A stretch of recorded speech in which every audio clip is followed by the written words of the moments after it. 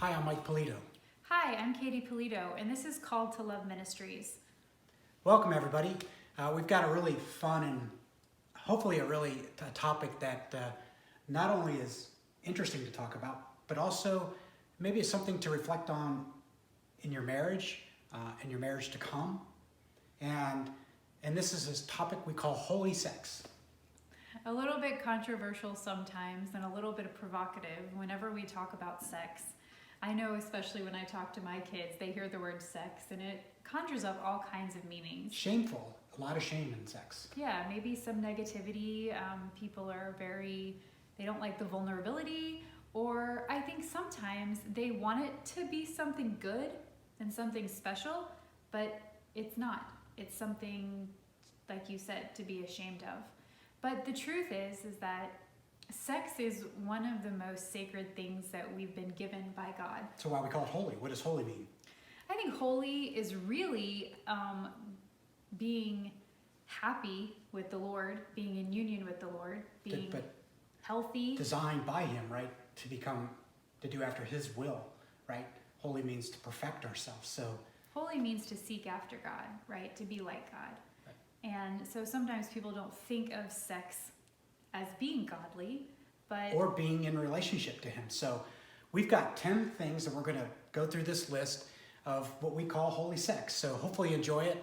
But the first one is knowing one another. It talks in the Bible about He knew her, right? So this knowing, so I get to know you at a deeper, intimate level that I will know no other person. So what's that mean to you as a woman? Well, I think as women, we all want to be known deeply. We want to be seen. We want to be cherished.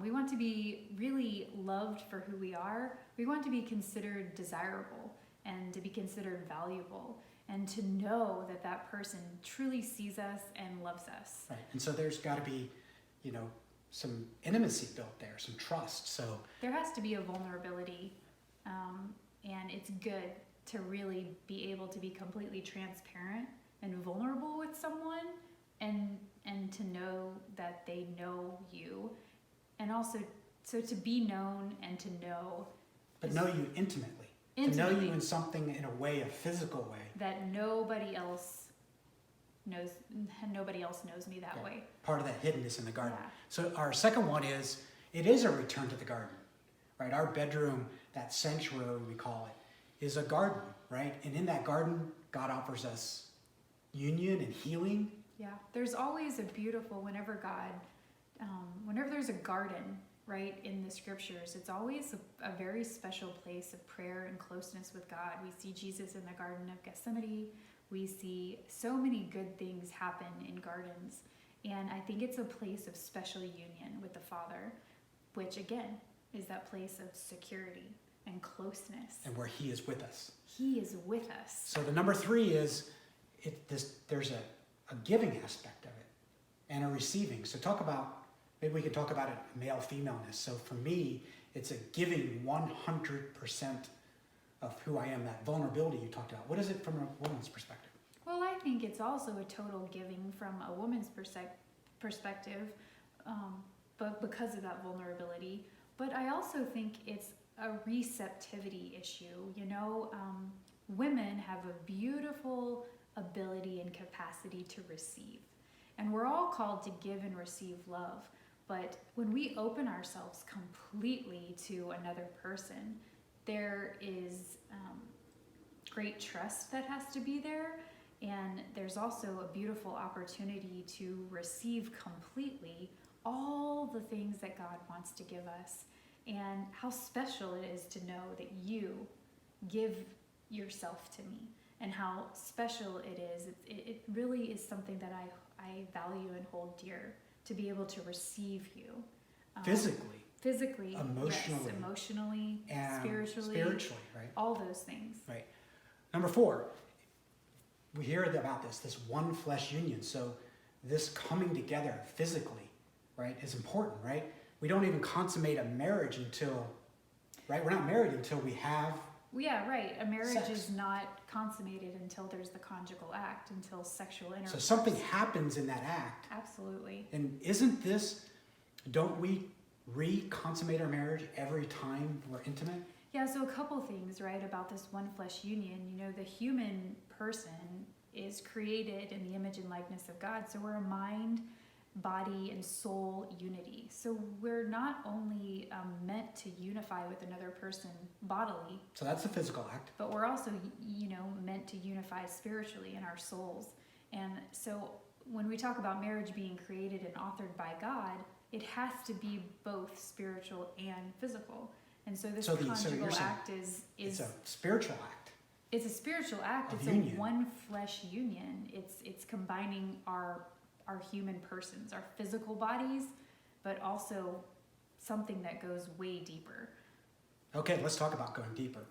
Um, there's also this breath of life. You know, we learn in the garden that God breathed life into Adam, right, through his nostrils, and he animated him not only, right, like you said, with a physical being, but with a spirit. He breathed his life into it. So we talk about holy sex being that we get to breathe each other in, that your spirit comes out in your breath, and in that closeness, you breathe each other in. And I think that's just another form of that effect of that one flesh coming together, that union of both spirit Yes. and physicality. Yes, there is a mingling of spirits in a sense. Yeah, right? you can feel that in the intensity of it, and at certain aspects of that act, that coming together, that you really are one. Yeah. There is a new creation, true, and we never lose our individual selves, right? In marriage, we never lose our individual selves in the conjugal act. We're always, you know, Mike is always Mike, and Katie is always Katie, but it is every new marriage, sacramental marriage, is a new creation, and it's a new life. Okay, so what about this glimpse of heaven we talk about? What does that mean to you when we talk about we get to experience a little glimpse of this union in this Well, I think heavenness? in the garden, God created Adam and Eve to exist in a marriage that was an example and a manifestation and a living on of the union that he desired to have with humanity. So heaven on earth, right? It was heaven on earth, right? It was paradise. And so I think that's what marriage and the conjugal act is meant to be. So we get that little glimpse of of, perfection. yeah, that we're going to experience in heaven. So we talked about it just briefly, but it's an affirmation too that the sexual act is I take you to be my wife, and you take me to be your husband, right? It's that taking. Yeah, it's a giving and receiving of perfect love. It's really allowing, I think, God's love to come in and mingle with ours to create that union between him and one another that we're meant to be. So how about that healing aspect of it? When you come together and I reaffirm my vow with you and say, I take you, Katie, and we do that, there's some affirmations that, hey, no matter what just happened, no matter our fight, no matter the consequences in our lives, the trouble around us, that we still have our union.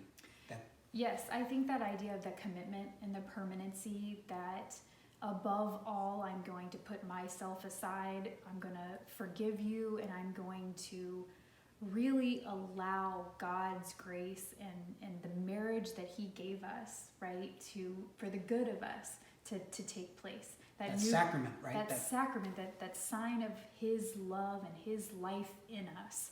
I'm going to come to the marriage bed, and I'm going to put everything aside, and I'm going to reaffirm, right, that I lay down my life for you, Yep. right, that I trust in God, that this marriage was his will, right, and that by making myself vulnerable to you and by receiving you and by giving my all to you Yeah, your yes, is going to create mine. something really beautiful. right? There's a fruit that happens from that act, right? Absolutely. There's a joy there. There's pleasure, right? Let's not discount that he created it as a very pleasurable act, experience. yes. But the point of it isn't pleasure. No. The point of it is always union, right? So there's a union. And that union is far more lasting and far more reaching than any pleasure. Yes. Right? The pleasure is moment. It's a moment. Yeah, minutes versus the effects of that Are fruit. long lasting, even into eternal life. We know there's no marriage in heaven, but God gives us a taste of that peace and that joy and that life, of that being forgiven, right? That So What about this permanence, right? It's also a permanence too, knowing that I'll never share this intimacy with anybody else ever again in my life.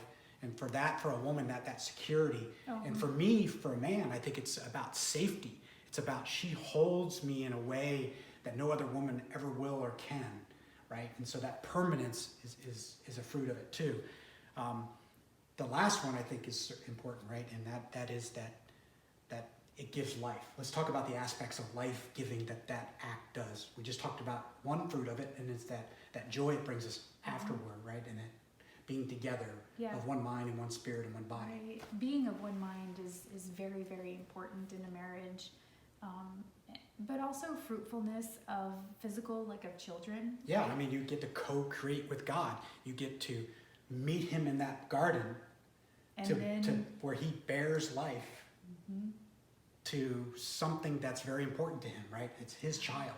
Absolutely, and he breathes another soul into being through our yes, right? Into us saying yes to him and to each other's love, like surrendering to his love and to each other's love.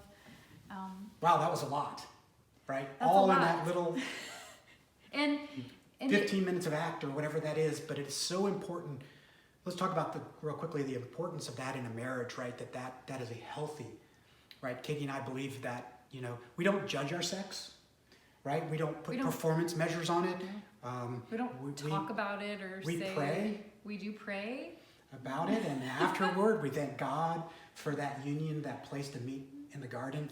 And so I always bless Michael. Yeah, and it's important. Right after, and yeah, it's important that it becomes a sacred place. So, holy sex. We hope you look at it differently now. I also think that it's really important to know this is an ideal. I mean, and the holy sex is a manifestation of what happens outside of the bedroom in everyday life. So, if you caught our marriage sessions earlier when we talked about hardness of hearts and how to keep hardness of hearts out of your marriage, those things are vital in order to create a disposition in yourselves for holy sex. So being able to forgive and not harbor resentment is really important to be able to come to the marriage bed with vulnerability and trust. But holy sex is designed to be done in the covenants of a sacramental marriage between a man and a woman. Right. Yes. And it is for our good. And so it's a great gift that he gives us, and it's a great gift that we give to each other. And there's some really beautiful fruits that happen from it. So we hope that you like this video. Please discuss below, give us some comments, share with other people, but may you be blessed, and thank you for joining us.